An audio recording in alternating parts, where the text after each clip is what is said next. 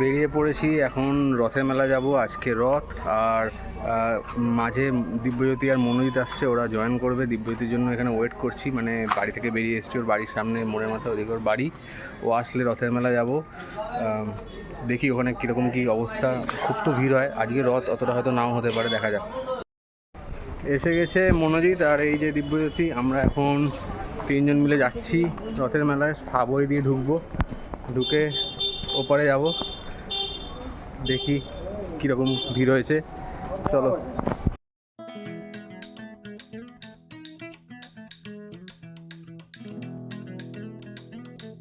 আমরা নৈহাটি স্টেশনের 1 নম্বর প্ল্যাটফর্মের দিক দিয়ে যে সাবওয়েটা আছে, সেই সাবওয়ে দিয়ে ঢুকে পড়েছিলাম নিচে। আর বেরোবো আমরা 5 নম্বর প্ল্যাটফর্মের ওই দিকে, মানে রেলের এপার থেকে ওই পারে। 1 নম্বর প্ল্যাটফর্মটা হচ্ছে রেলের গঙ্গার ধারের দিকে, আর 5 নম্বর প্ল্যাটফর্মটা হচ্ছে বঙ্কিম কলেজের দিকে। তো আমরা এখন 5 নম্বর প্ল্যাটফর্মের দিকে যাব, কারণ ওখানেই বঙ্কিমচন্দ্রের বাড়ির সামনেই মেলাটা হয়, রথের মেলা। তো আমরা এখন যাচ্ছি সেই রথের মেলাতে সাবওয়ে দিয়ে।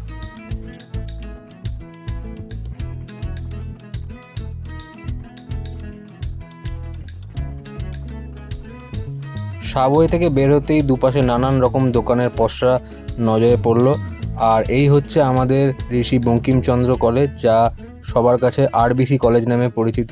তো আমরা এখন বঙ্কিমচন্দ্র কলেজের সামনে দিয়ে হেঁটে রথের মেলাতে যাচ্ছি।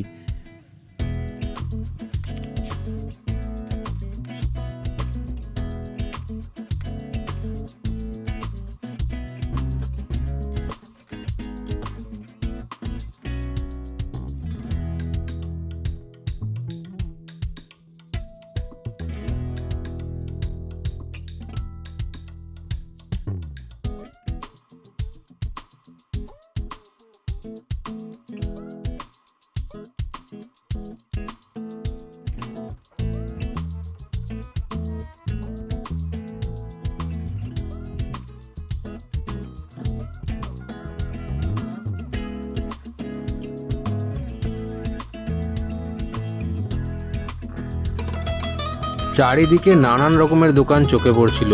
জিলিপি, বাদাম ভাজা, পাঁপড় ভাজা, কোল্ড ড্রিঙ্কস, আইসক্রিম, চাউমিন, আরও কত কি।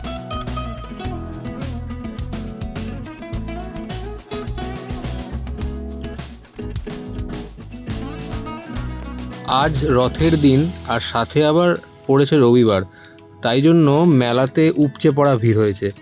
আর মেলাতে তো ভিড় হবেই, কারণ সবাই রথের দিনকে রথের মেলা ঘুরছে, এরকম সুযোগ তো সবার হয় না, সবার ছুটিও থাকে না।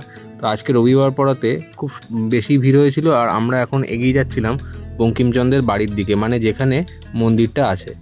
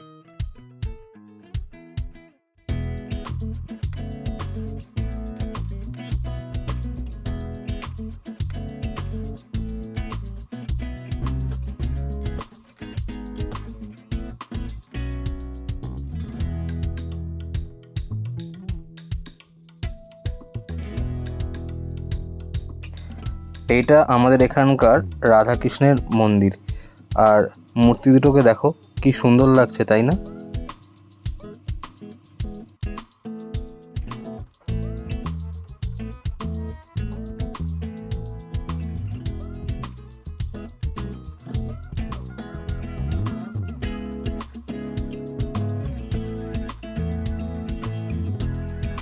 আচ্ছা, তোমাদের মধ্যে কে কে নাগরদোলা চড়তে ভালোবাসো? অনেকেই ভালোবাসে, আবার অনেকে খুব ভয়ও পায়। আমার তো ওই বড় নাগরদোলাগুলোতে উঠলেই মাথা ঘোরে। আর এগুলো ছোটোবেলাতে খুব ভয় লাগতো, মানে এই এখন যেটা দেখতে পাচ্ছ ছবিতে, কিন্তু এখন অতটা ভয় লাগে না। এবার চলে এসেছিলাম ঠিক পাশেই রাধা বল্লভের মন্দিরে। আর দেখো মাঝখানে কীরকম জগন্নাথ দেব বসে আছে, কি সুন্দর মিষ্টি লাগছে।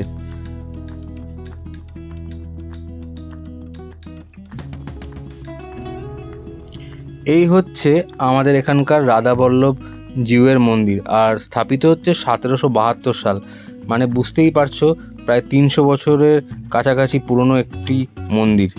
আর এর ঠিক পাশেই ওই দিকেই হচ্ছে বঙ্কিমচন্দ্রের বাড়ি, মানে সাহিত্য সম্রাট বঙ্কিমচন্দ্র চট্টোপাধ্যায়।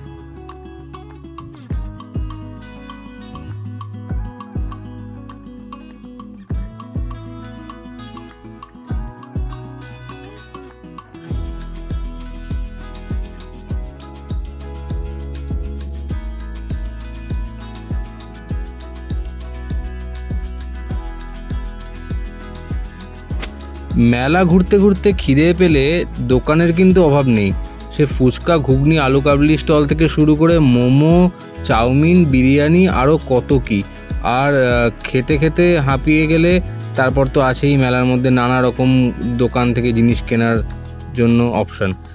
আর তবে আজকে যেহেতু রথ, সেই জন্য আজকে নিরামিষ খাবারের দোকানে ভিড়টা একটু বেশি ছিল, কারণ রথের দিন তো অনেকেই নিরামিষ খেয়ে থাকেন। ছোটোবেলা থেকে মেলা ঘোরার নস্টালজিয়াটা চেঞ্জ হয়নি। আগে এই হরেক মাল 6.5 টাকা দেখতাম ছোট যখন ছিলাম, সেটা এখন হরেক মাল 20 টাকা হয়েছে। দিন বদলেছে, স্বাভাবিক দামও বেড়েছে, তবে মেলাতে এলেই মনে হয় এত কম দামে অনেক ভালো ভালো জিনিস পাওয়া যায়।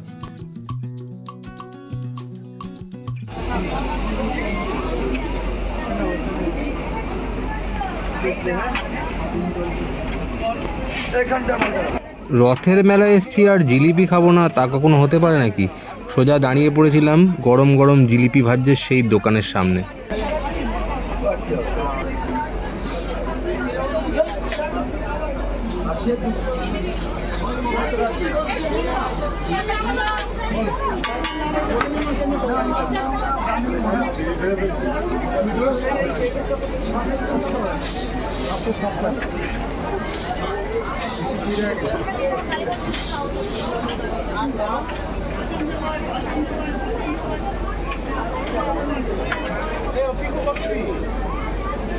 কত? 250? কত? 560। 560? 250।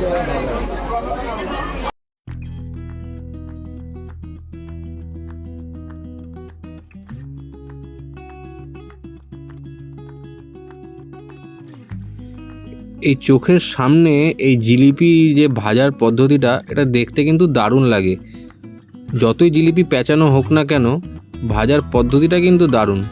আর হ্যাঁ, পেঁচালো জিলিপি হোক, মন না।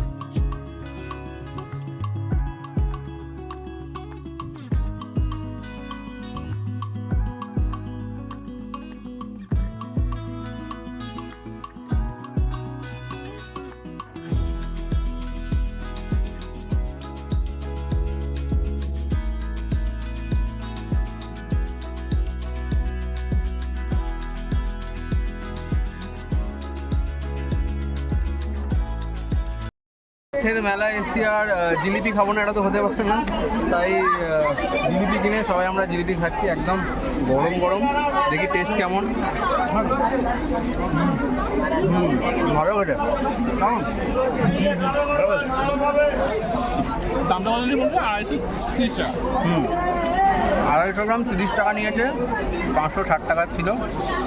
বাড়ির জন্যও কিনেছি। আর আমরা এখন রথের মেলায় এসে জিলিপি, পাঁপড় ভাজাগুলো না খেলে হয় না, প্রতিবারই খাই। গরম গরম জিলিপি, আহা। এখন দাঁড়িয়ে আছি বড়মার মন্দিরের সামনে। এটা আমাদের নৈহাটির 1 নম্বর প্ল্যাটফর্ম দিয়ে বেরিয়ে গঙ্গার দিকে যাওয়ার রাস্তায় সোজা 2 মিনিট হাঁটলেই বড়মার মন্দির পড়ে।